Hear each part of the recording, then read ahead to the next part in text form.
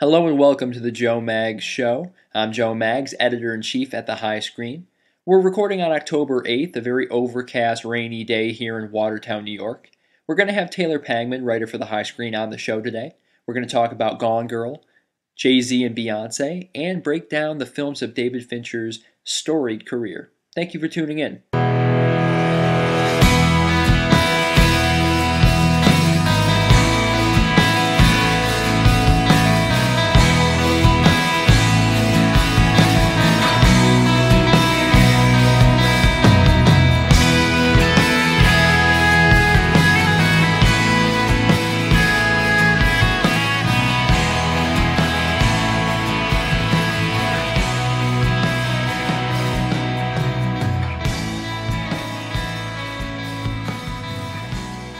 Hello and welcome to the Joe Maggs Show. On the line with me today is writer Taylor Pangman, and you've probably seen his work at the High Screen thus far, and if you haven't, you're messing up because he's one of my best friends and he's very talented.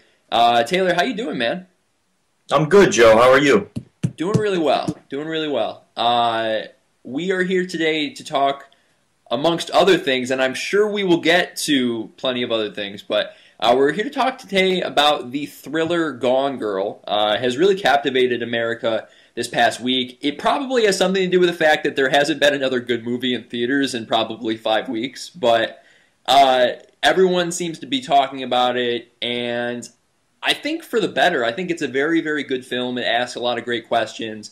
I wrote about it this week on the High Screen. Taylor, I know you read my column, and I guess I'll just throw you the mic. What were your thoughts when you saw Gone Girl? It was a mix of emotions for me. I think the most striking that stands out in my memory was the drive home after seeing it, and feeling a little traumatized, to say the least, by it.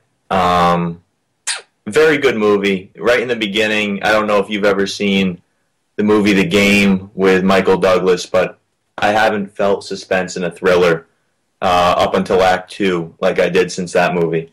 Well, that's interesting, of course, because The Game is one of David Fincher's earliest films. Well, right, and in The Game, too, I saw it when I was younger, too, so I think I was more prone to feeling suspense back then, and it takes a little bit more work to get that out of me now. So I was impressed by the film.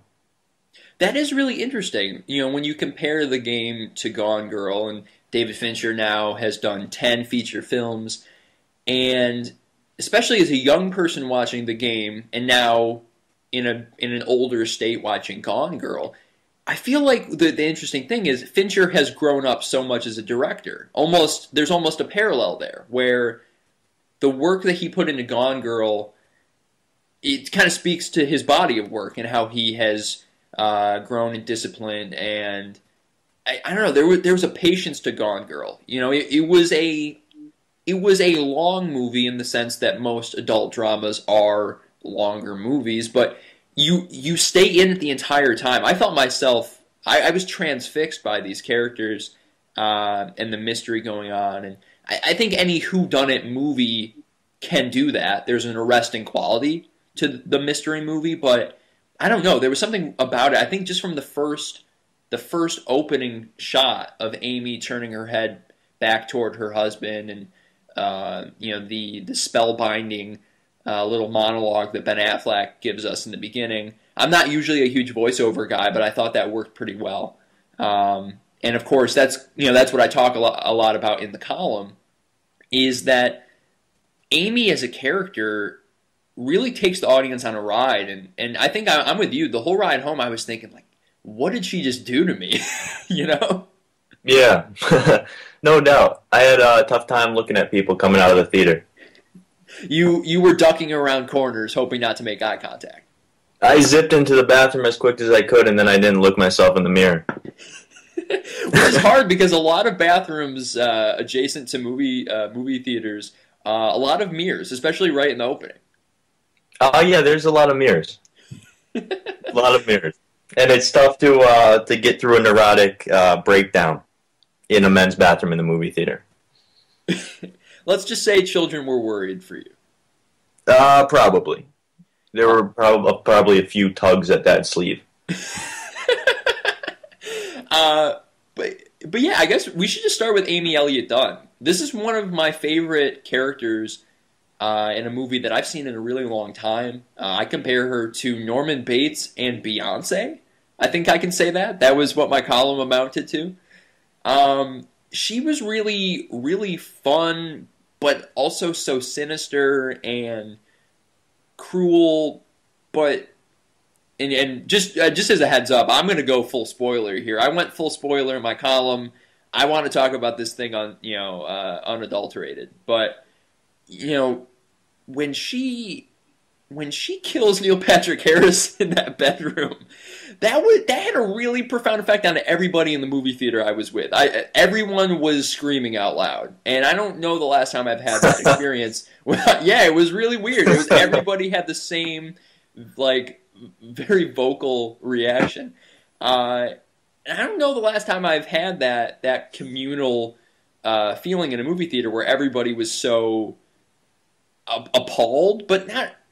I guess just in shock. There was a shock value with her.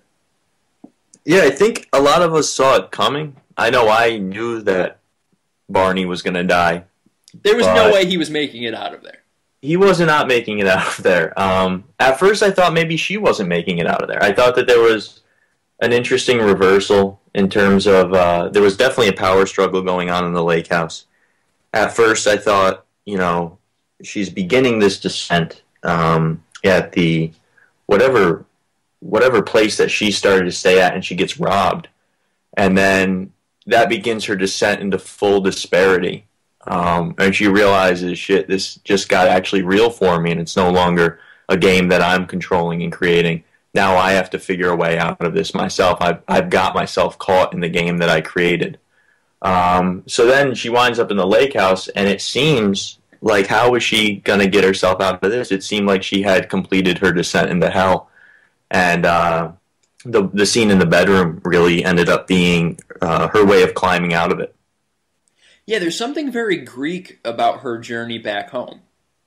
And I don't know how many movies allow a female character to embody the Greek hero, or that was what I was touching on in my column about this being such a great work of feminism, is that Rosamund Pike's character, and of course from the novel Gone Girl, she was at the front and center, and she was in control, and it's her game. And Ben Affleck, I think to his credit, as much of a megastar as he is, I thought he really embodied his character in a great way, because he was so subversive to her. He was subject to everything that she was throwing at him. Although I think we can talk about, I think there's a really interesting moment when he starts to play along later on in Act 2, particularly during the TV interview. But we can talk about that later. But that lake house, it represents a turning point for Amy where she can either, I think you're right, she could either die there or she can conquer it. And Neil Patrick Harris, a really cool performance. I refer to it as Bizarro Barney Stinson, because he's just as materialistic and caught up in his own wealth and naive as Barney, but instead of with a comedic effect, it's this tragic effect where it's to his undoing, and just the nature of the whole nature of the murder is really striking. It is. It absolutely is. It's like the scene in what's that other movie he did? It was with the book. We talked about it earlier. Who, Fincher? Yeah, Girl with the Dragon Tattoo. Sorry, Fincher. That same scene, it has the same striking effect as the rape scene in that movie. Ah, yes. Yeah, we'll talk about Dragon Tattoo. That is still by far, when you rewatch that movie, it's just as terrible the first time the second time as it is the first time. and it makes the revenge scene all the more terrific. You're right about Barney, though, in the lake house scene. We're just going to call Neil Patrick Harris Barney. Yeah, that's what I'm going with. Because he seems like a Barney to me in that movie. What's his name in the movie? Desi? Desi Collins. He's kind of put out as like this pathetic figure to be manipulated by both Rosamund's character and Fincher himself manipulates him. And so he ends up being kind of like a Barney to me. He's just manipulated by the plot and the characters within it. And I think ultimately, he's probably a pretty decent guy who, like you said, is naive, but he probably had this fantasy of like living a life with her or something like that. I don't think that he would have intended on killing her. But I think he was just completely delusional in like this happy, sedated kind of way. And what a fascinating commentary on love and how love operates, right? Because I think it's fair to come to the conclusion that Amy does love her husband, and ultimately her husband loves her, and that's why they're going to stick it out. Whether or not there are other factors involved in him staying, they're both really crazy, and they love each other, and they deserve each other ultimately. With the way that Amy treats Desi, I almost said Barney, Desi to his end, she just toys with him and plays with him and abuses him. And even dating back to before the film starts, when they are dating, they were childhood friends, and then they begin dating. And obviously, he comes on too strong. He's head over heels for her. She doesn't feel the same. And then she just leaves him behind.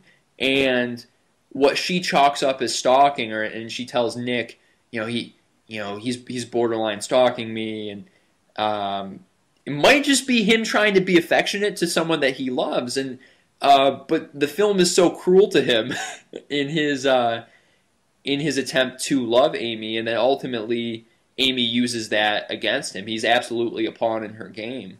I don't know. What do you think about that?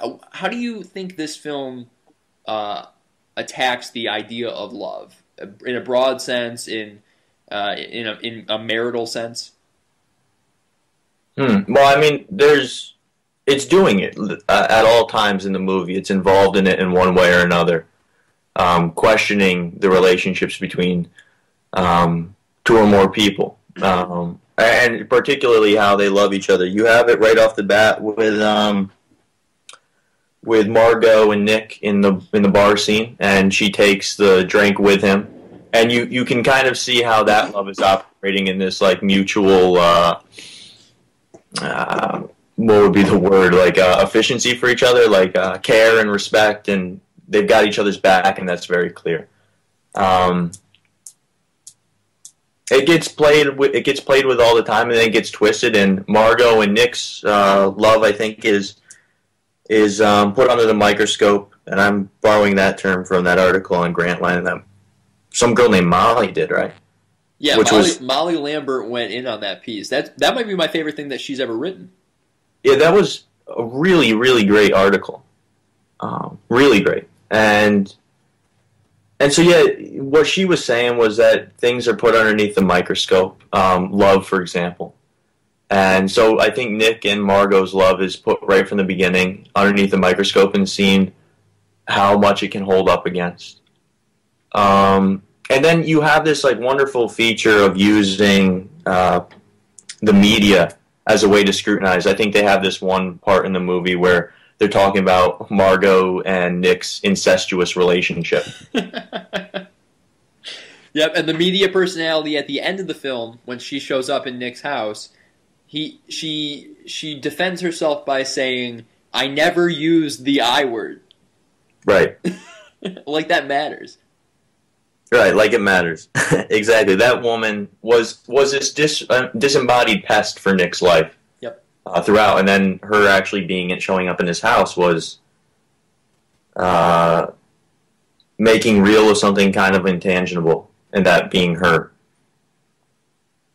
by Right. her being present in some other form, experiencing each other in the way that normal people would do it. Right. Well, but of course, there are very few normal people in this film. And there are a lot of wacky people. I think I'm borrowing this from Wesley Morris on Grantland, but his take on Gone Girl. Tyler Perry's character seems to basically embody a quote unquote y'all white people crazy. Um, and I think that's really brilliant. For the record, on a sidebar, I thought Tyler Perry was one of the best parts of this movie. He was really great. I agree completely. And good for him. I think, continuing an aside, he gets a really bad rep for doing shit movies. But historically, yeah, I mean, I think it would just be unwise to deny how difficult it is for black men and women to burst into creative roles in an institution like Hollywood. And, he's had to pay his dues. I don't think he woke up one day as a kid and said, my dream is to make Madea movies. But you do what you have to do. And I think Tyler Perry, in the meantime, has done some projects that are really worthwhile. And I don't know, I think that doing this role in Gone Girl only gives him more exposure and more creative power down the line. So I think this was a phenomenal opportunity for him and a really good performance.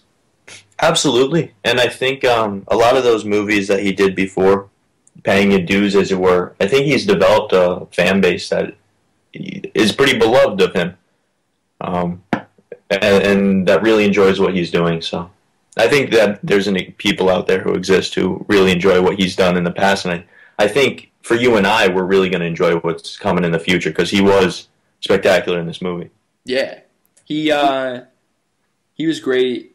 And I like how he and Ben Affleck played off each other. Because again, this movie, it's really neat, right? So the title is Gone Girl. And again, I mean, you and I are both acknowledging, first and foremost, it's an adaptation of a novel. So, I mean, I haven't read the book. It's been recommended to me dozens of times. I'm definitely going to read it at some point, probably when the movie isn't as fresh.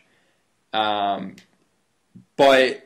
as a film, it's called Gone Girl, and you begin the mystery, with this belief that Amy has been kidnapped, and obviously, your mind rushes to the idea that she, maybe has been murdered. And I think anybody who's looking for, a MacGuffin here or there could probably put together that Amy Dunn wasn't dead or maybe wasn't even kidnapped. I mean, if you go looking for something in a movie like that, you'll find it.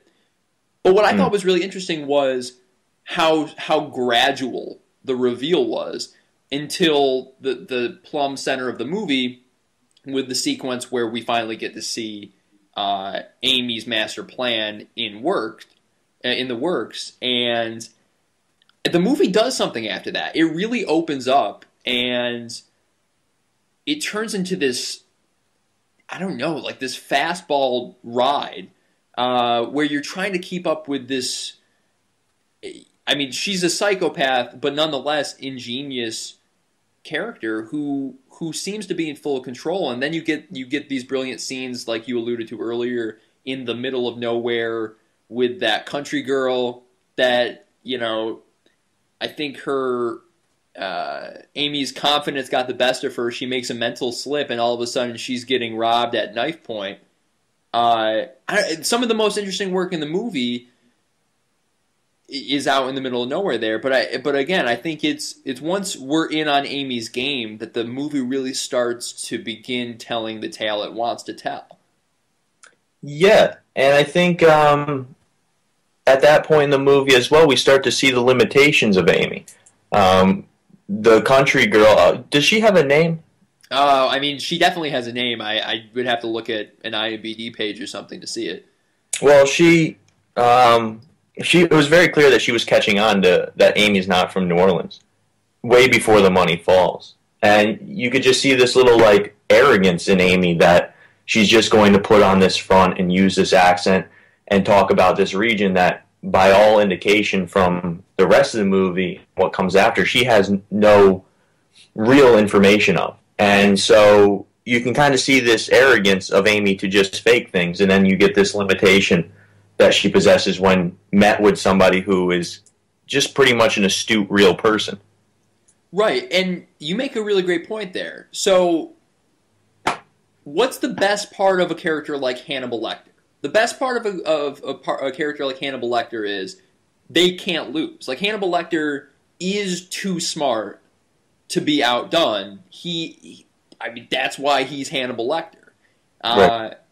I don't think Amy's Hannibal Lecter, right? And that's why I compare her to Norman Bates in the sense that Norman Bates is somebody who, if you watch Psycho, and like part of it I think is maybe the fact that Psycho is an older movie, but you know Norman Bates is a shady guy from the beginning, you know? like I think that the incredible strength of a movie like Psycho is that Hitchcock put us in the position where we have to sit and watch Janet Leigh be murdered, and it can't be interrupted, it can't be stopped. We just have to sit there and take it and then deal with it in the second half of the film to come. And I talk about that in the column. But with Gone Girl, what's interesting is once we know Amy's game is in play, I think similarly we can start to look at Amy as on a human level and go, how does a person get to that place? And I think with Norman Bates, once we get the full backstory, there's that really powerful moment in the hospital there at the end where it's revealed like this person had been pushed and pushed and pushed to the brink of insanity, and then obviously jumped off. And in Gone Girl, Amy Elliott Dunn is a crazy person, but she's also a person, and she was pushed and pushed and pushed and pushed to a point where, to survive, she felt it necessary to jump off the edge. But then Gone Girl does this really interesting thing through her own mistakes.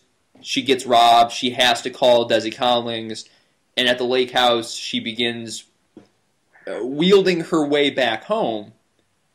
Amy Elliott Dunn is a person, and she loves her husband, and as delusional and as much as the psychosis has taken hold of her, there's a real person there, and I think the movie then becomes a very strong indictment of Nick and what Nick has done to his wife, and how he has pushed her so far that she would even contemplate doing something like this, that she'd be capable of doing something like this. You know, she isn't a mad genius. She's a person in absolute despair who felt she was out of options. And we end up really looking at Nick in a strong way after that. Particularly, I mean, with the affair that he's having. I mean, this is a bastard of a husband. And I don't think a lot of movies like this do that, where they really point the finger at the husband. I mean, isn't there another version of this movie where we come away thinking like, wow, that Amy Elliott Dunn was a psychopath, and Nick is really in a bad place. I can't believe he's stuck with her. Like, I think we look at Nick with just as much anger and frustration as we look at her. Without a doubt. And I think if it didn't happen for us before, it happens at the moment when Margot recognizes that Nick wants to stay with his wife.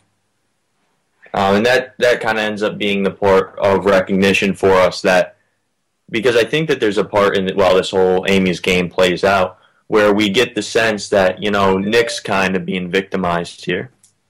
And you start to relate to Nick.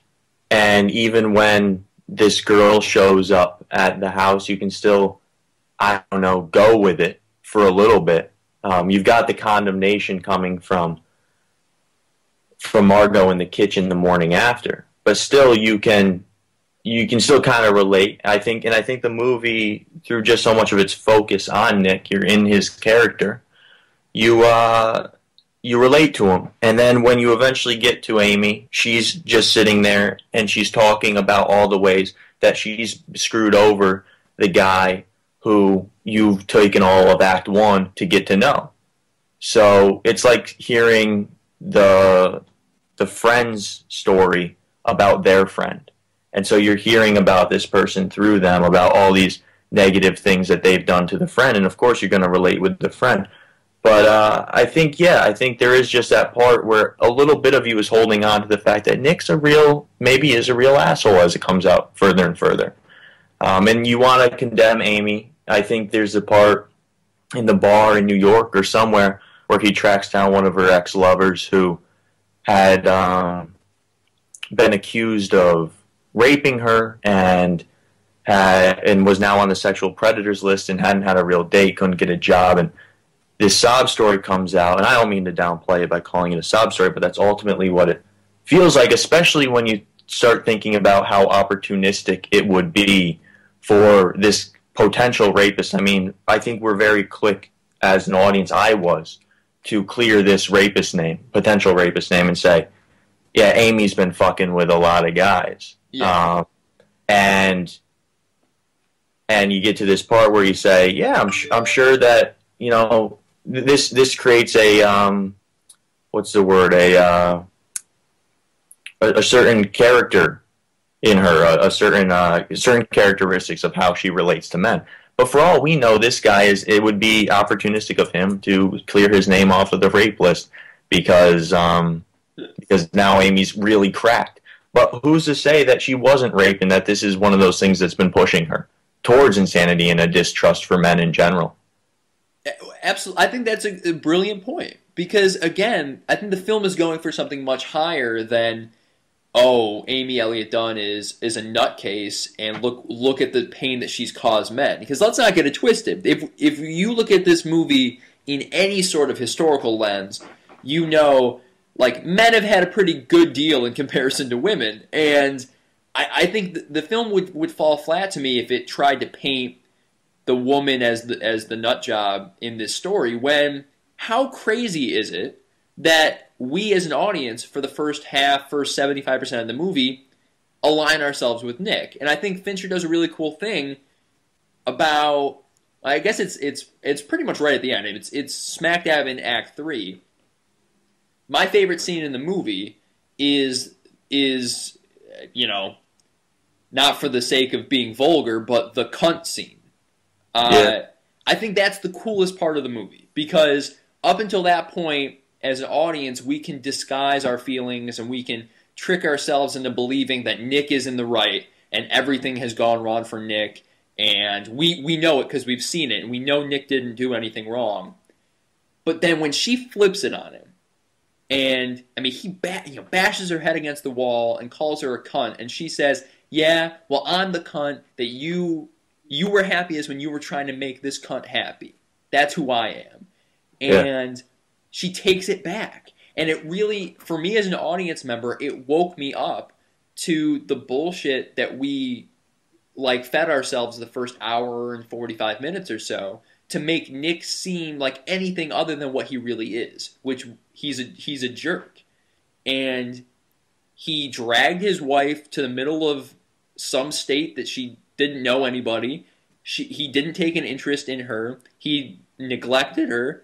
He blamed her, I think, in a lot of ways, and if anything, subtly, but he blamed her for the pain that he was going through. He blamed her for being poor and without money, and that has a very large effect on people. And I don't know, I think the movie comes at an interesting time. I think as a country, we're just starting to crack the surface of how dangerous mental illness is, and especially at a time where there's been so many gun shootings in recent years, and every time a massive shooting happens, the country begins a dialogue and then it disappears.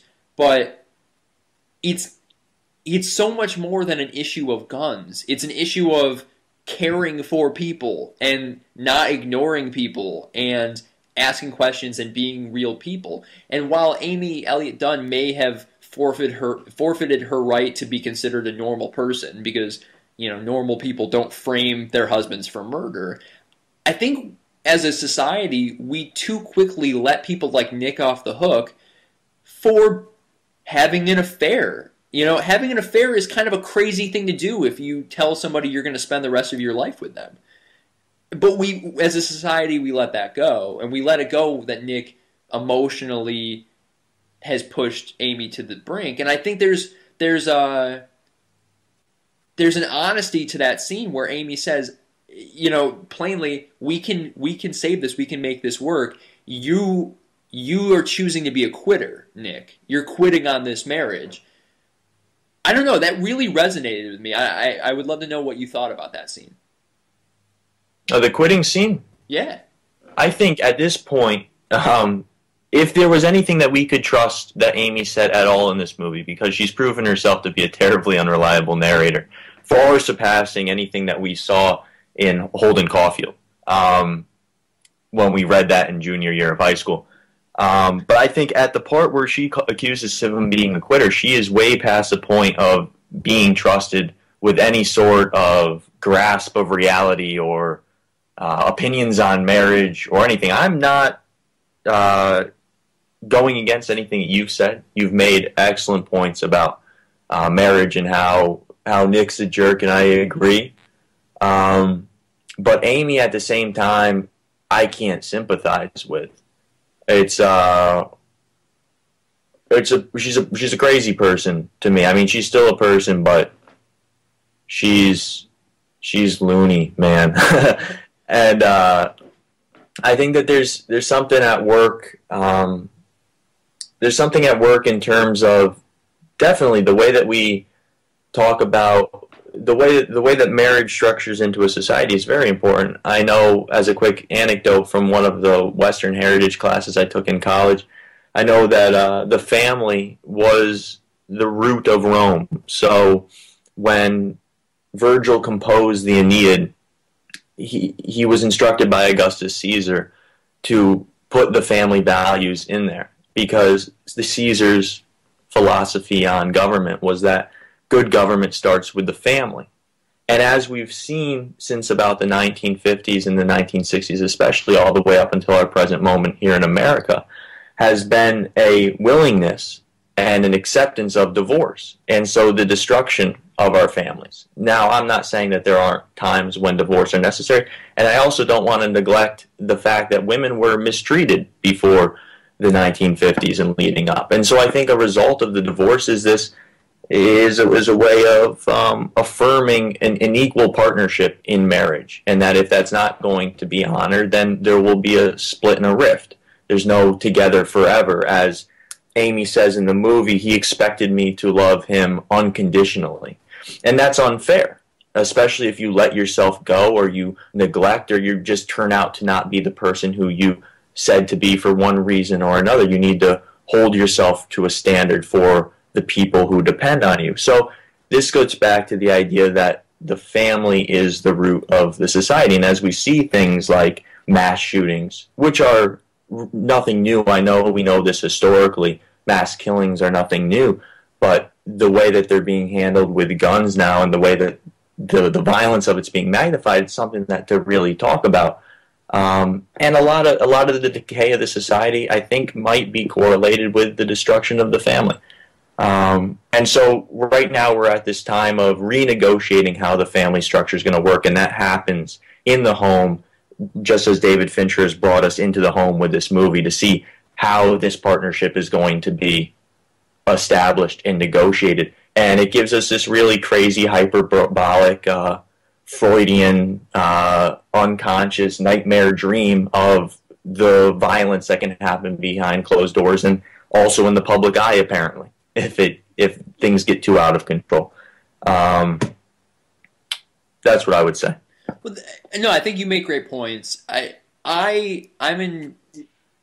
don't want to defend Amy's actions, and I guess I'll ask you what you thought about how I handled this in the column, making the comparison to Beyonce and Jay Z. But just to kind of wrap up what we were talking about, I don't want to defend Amy's actions, but I also refuse to let Nick off the hook. And I'm not in the business of quantifying whose choices were uglier, because I think they were both absolutely psychopaths to do what they did to each other, just in different forms, right? Her form is in this delusional game where she traps her husband into a death penalty, and his game was over the course of years deteriorating and chipping away at their love. I think, like, very directly harming their love for each other,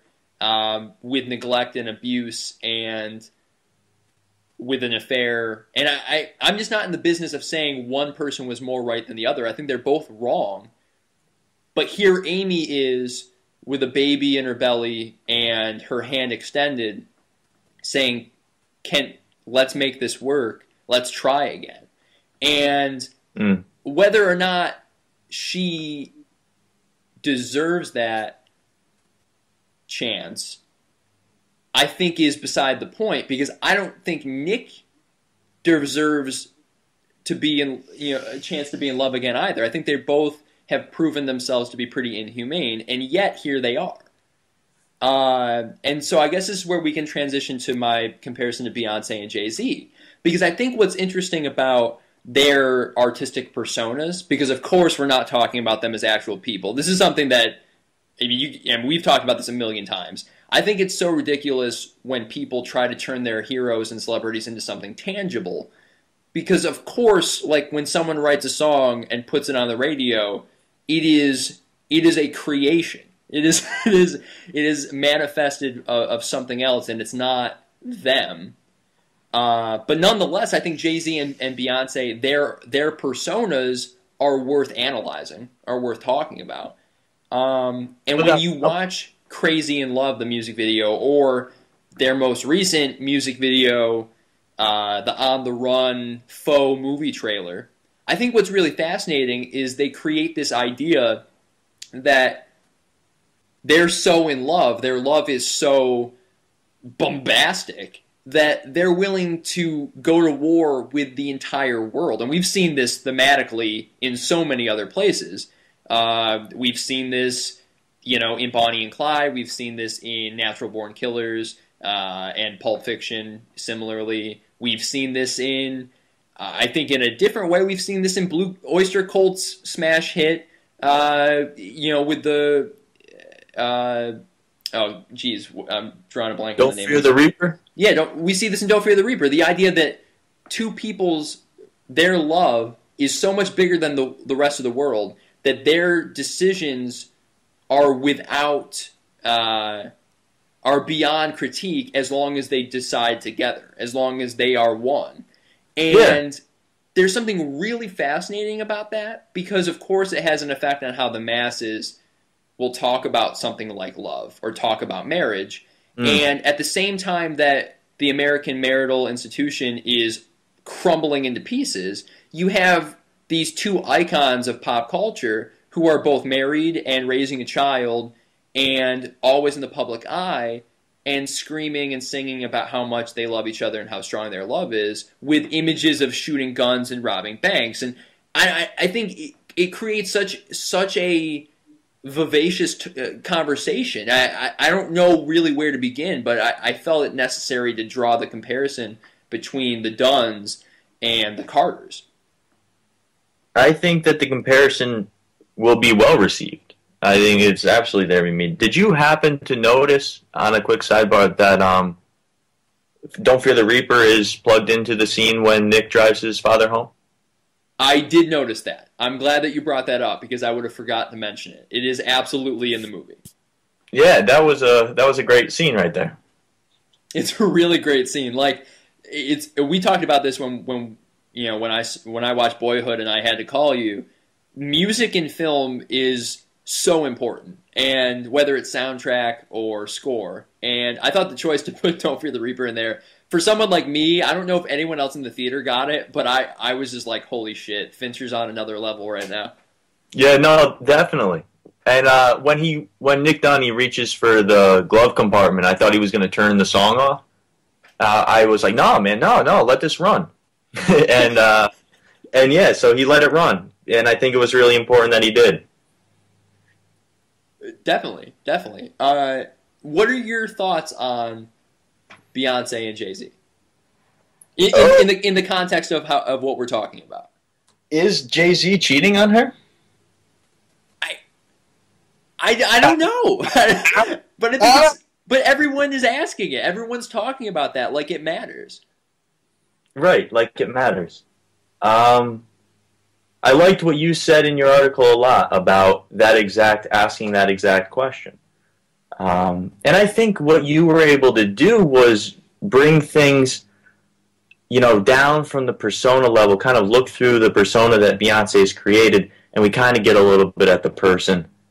A little bit. And I know that you wouldn't want to go there and make any kind of assertions about Beyonce the person, but I think you got to a place where you could make little claims and maybe nip at the person that Beyonce is behind all of these representations in mass that she puts up and that the media puts up and are created for her. And our experience of her is very much removed, as you said in your article and just said now.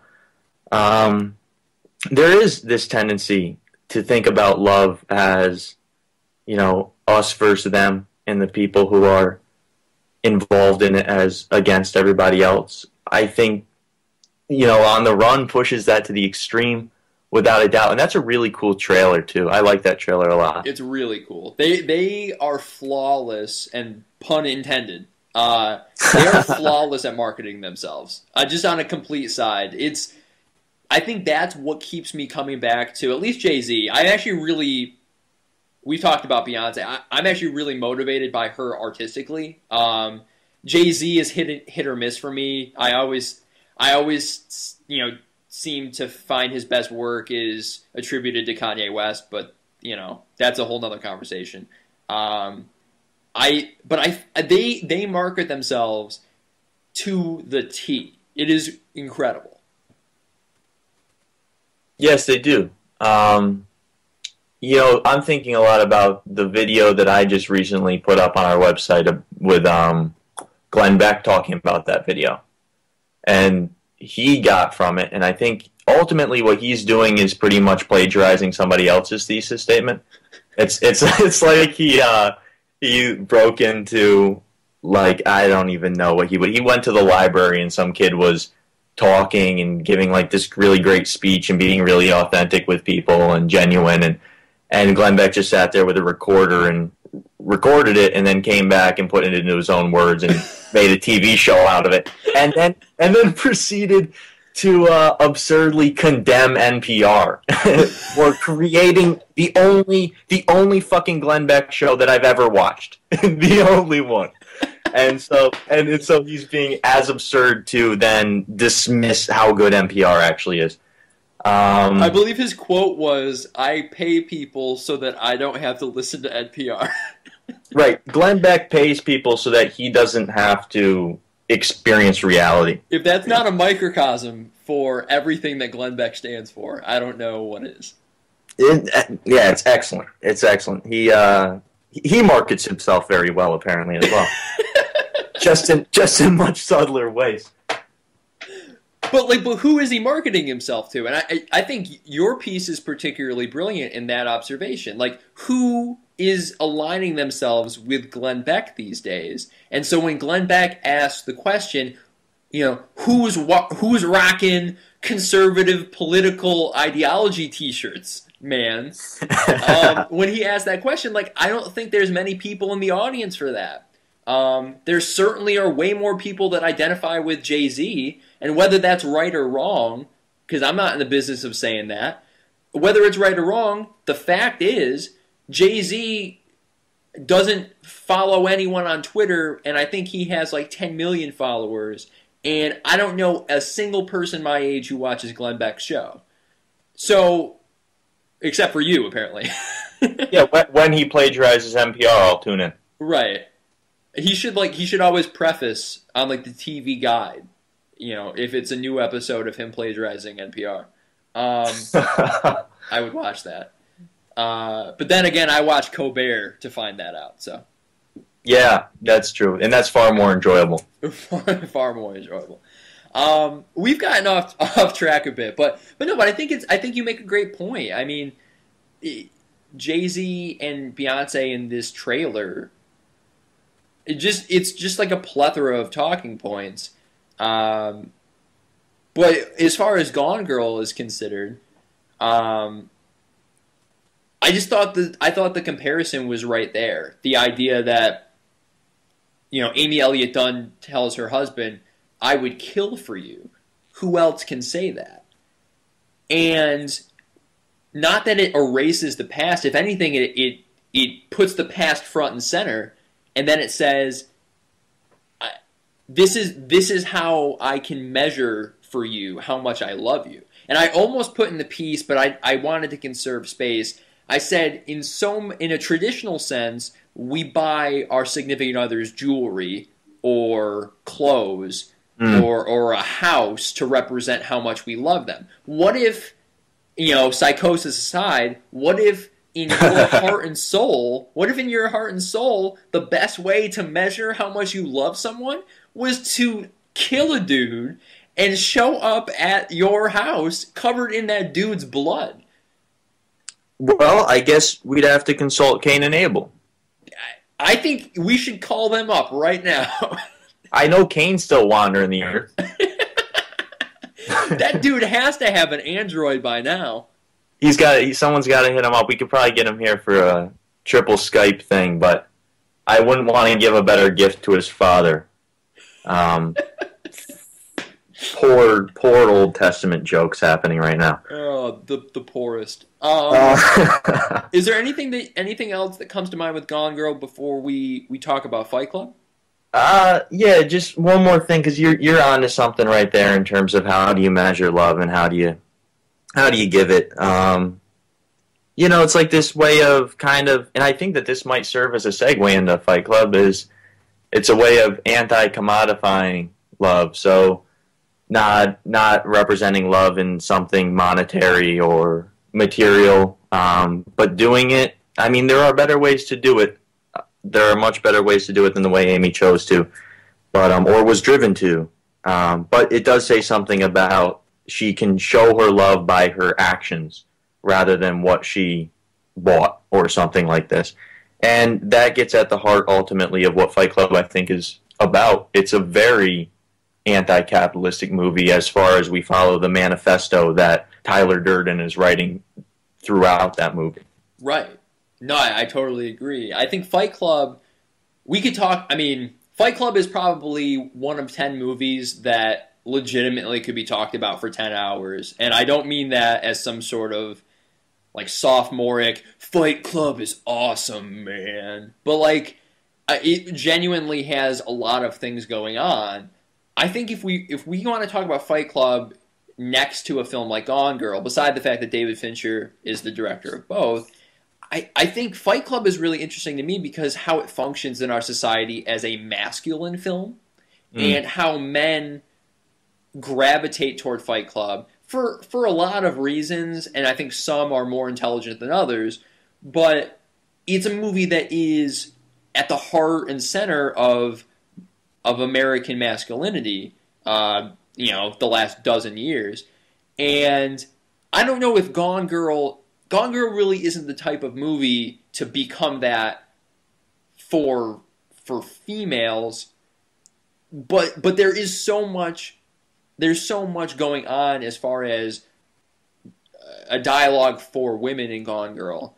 I think Fight Club is really interesting for men and the different men who rise and fall in the movie. I think if we were going to make a comparison, we should focus on how the relationship between who does Edward Norton? He's Tyler Durden essentially, but what's his original name? Do we get that? No, he brilliantly is the narrator.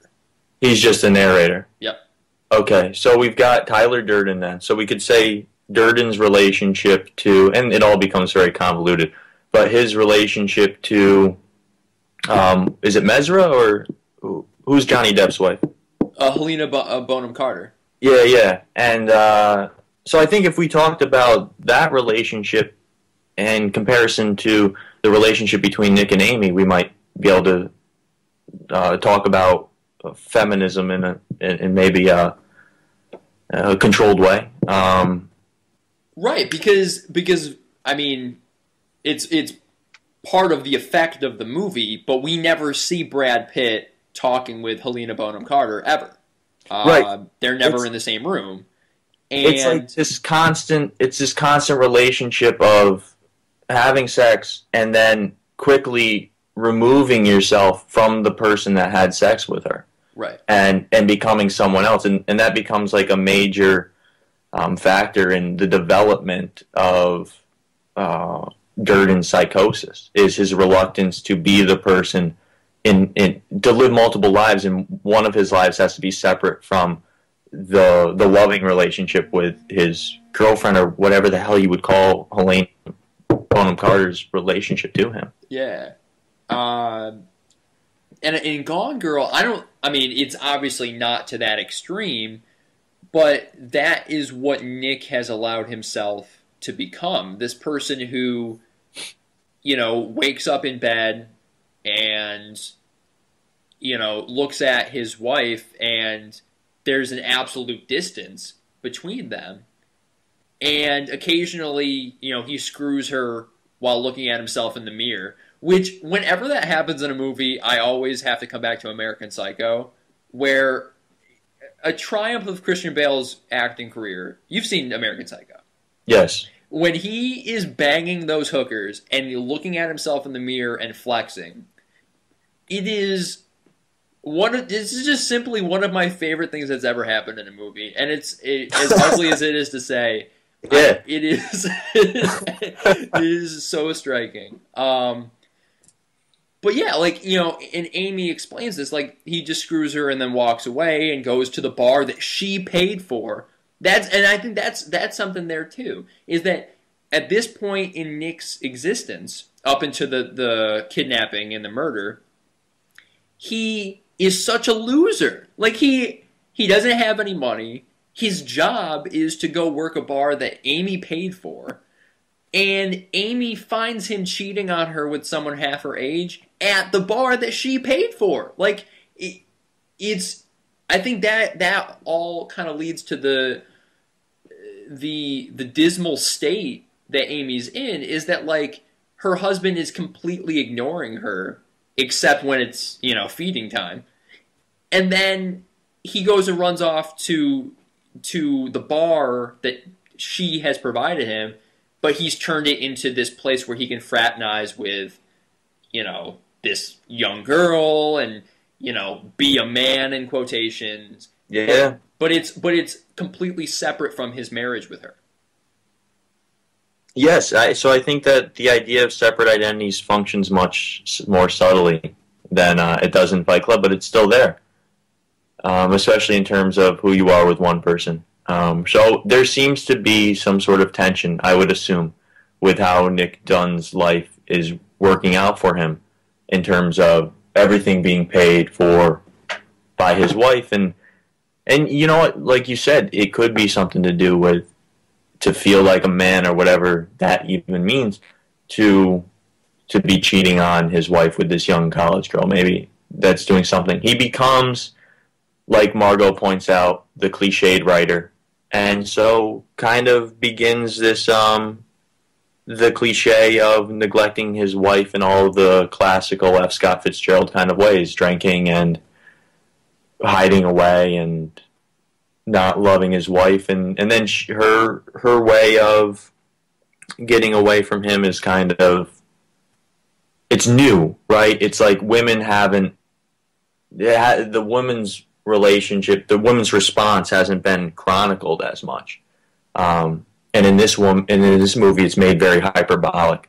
Of what maybe if the consciousness of women was all put together throughout history, or just the 20th century in America, if it was all crushed together and put into the individual of Amy Dunn, maybe this is what you would get, right? This would just be woman at large her vengeance on the tyranny of man in the 20th century and before. So that's why it's kind of hyperbolic when she's seen as a character rather than as a figure.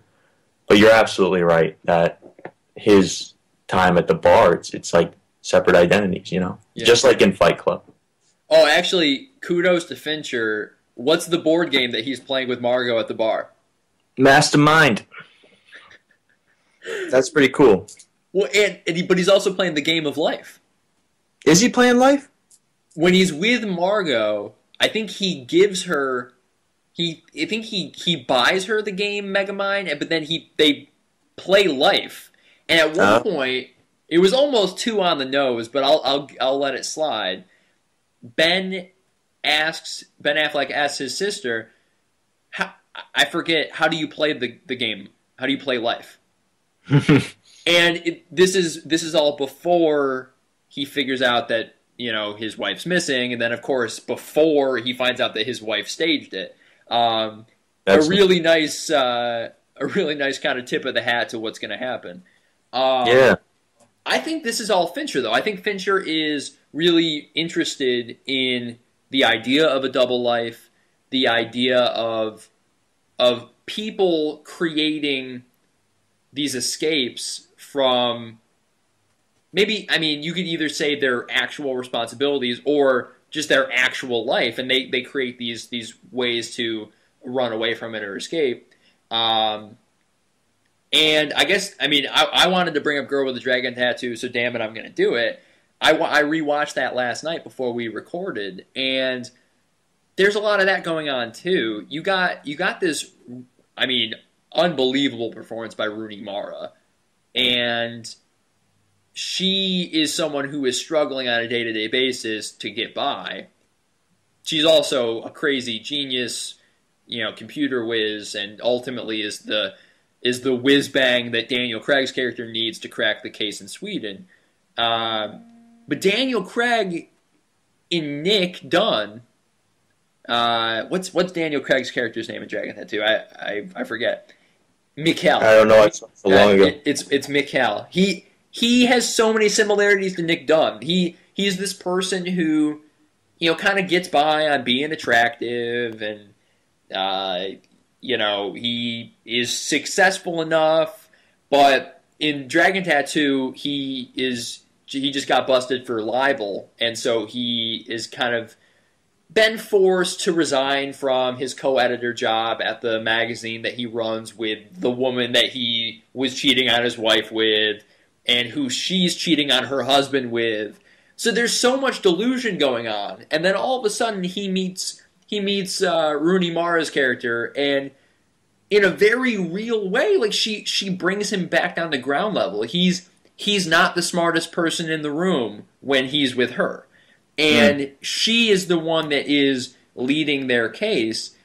And yet, when there was this really brilliant moment where, and I know you haven't rewatched it in some time, but there's this brilliant moment where she's been doing all the hard work, but she even acknowledges, she goes, that was really amazing that you found those photographs. And it was her way of relating to him. You know, she knows that he's not a genius with photographic memory, but he is still a journalist with great research, you know, tactics, and they're being human. They're interacting. They're, dare I say, being caring for each other.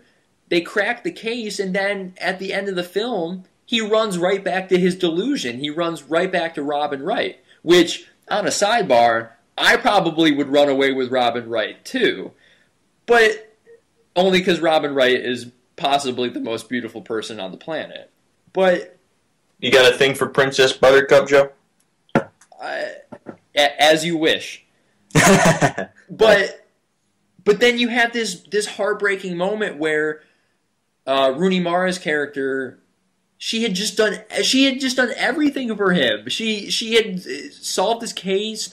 She got all the pieces back together, and she bought him this really expensive leather jacket that she wanted to give him, and she wears a leather jacket. It was going to be this thing, you could tell. And she shows up to surprise him, and there he is going off on a date with Robin Wright's character, and it's just really heartbreaking. She throws the leather jacket in the dumpster, and she drives away off into the night on her motorcycle, and he has absolutely let her down. But I think the difference between Girl with the Dragon Tattoo and Amy Elliott Dunn is Girl with the Dragon Tattoo, she's a badass chick. She has things to do. She has to move on. And whether or not she's able to bury that emotional pain. And, the series in Sweden is it's 2 more books. So they made 3 movies. I don't think we're ever going to get another American remake. But, that character lives on.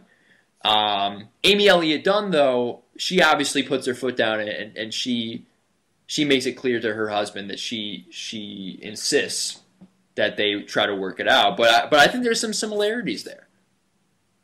Yeah, absolutely. You're making very good points. I don't know, man. Anything else you want to say? I loved this movie. I think it's another win for him. David Fincher has always been one of my favorites. Yeah, go see it, and then just have some beer when you get home. It'll help. All you can do is try to drink the pain away of watching her slit Bart Eastenson's poor throat.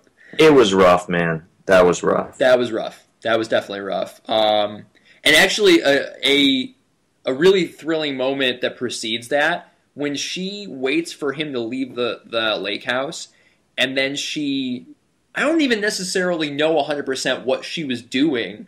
That sequence where she dipped her blouse in the wine, and then she runs over to the glass door, and she mocks to the camera like she's being choked, and then in the bathroom with the wine bottle and the cork. I don't really know what was going on there, other than it was completely mind-melting.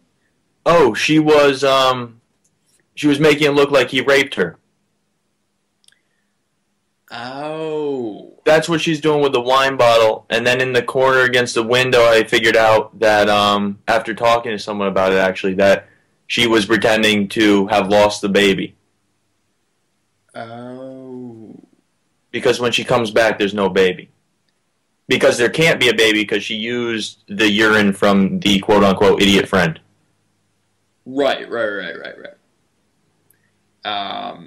So she was covering her bases for the story that she's going to tell when she gets back. She is unbelievable. Taylor Pangman, my brother, it was great talking with you. Can't wait to read your next pieces whenever they come out, and next time a really cool movie comes into the theater, we'll have to talk about it. That sounds good. It was good talking to you too. All right, man. Take care. All right.